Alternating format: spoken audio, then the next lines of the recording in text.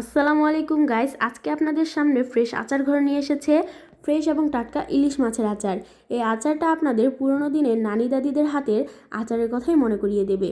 এর জন্য প্রথমে আমরা ইলিশ মাছগুলোকে পরিষ্কার পরিচ্ছন্নভাবে কেটে ধুয়ে নেব। এরপর হলুদ এবং লবণ দিয়ে ম্যারিনেট করে কিছুক্ষণের জন্য রেখে দেব।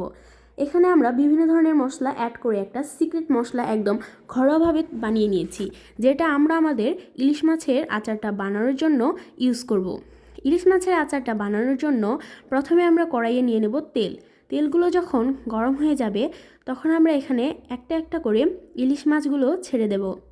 ইলিশ মাছগুলো ছেড়ে দেওয়া হয়ে গেলে এগুলোকে কিছুক্ষণ পরে নেড়েচেড়ে ভালোভাবে ভেজে নেব। যখন এই মাছগুলো কড়াভাবে ভাজা হয়ে যাবে তখন আমরা এগুলোকে কয়েকটা করে তুলে একটা পাত্রে বা প্লেটে নিয়ে নেব। ইলিশ মাছগুলো আমাদের ভাজা হয়ে গেছে, তাই এখন এগুলো আমরা তুলে প্লেটে বা পাত্রে রেখে দেব। মাছগুলো দেখুন কি সুন্দর করে ভাজা হয়ে গেছে, ঠিক এরকম করেই ভাজা হয়ে যাবে। তারপর আমরা আমাদের আচারের জন্য সিক্রেটভাবে এই মশলাটা তৈরি করেছি, যেটা আমরা আমাদের ভিডিওতে হিডেন রেখেছি।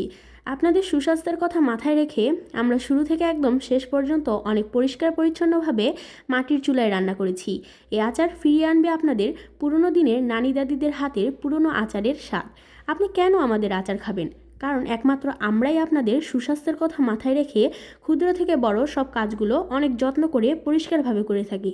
তাই আজই অর্ডার করুন শেষ হয়ে যাওয়ার আগেই। সকলের সুস্বাস্থ্য কামনা করে এই ভিডিও আমরা এখানেই শেষ করছি। ততক্ষণ পর্যন্ত ভালো থাকবেন। আল্লাহ।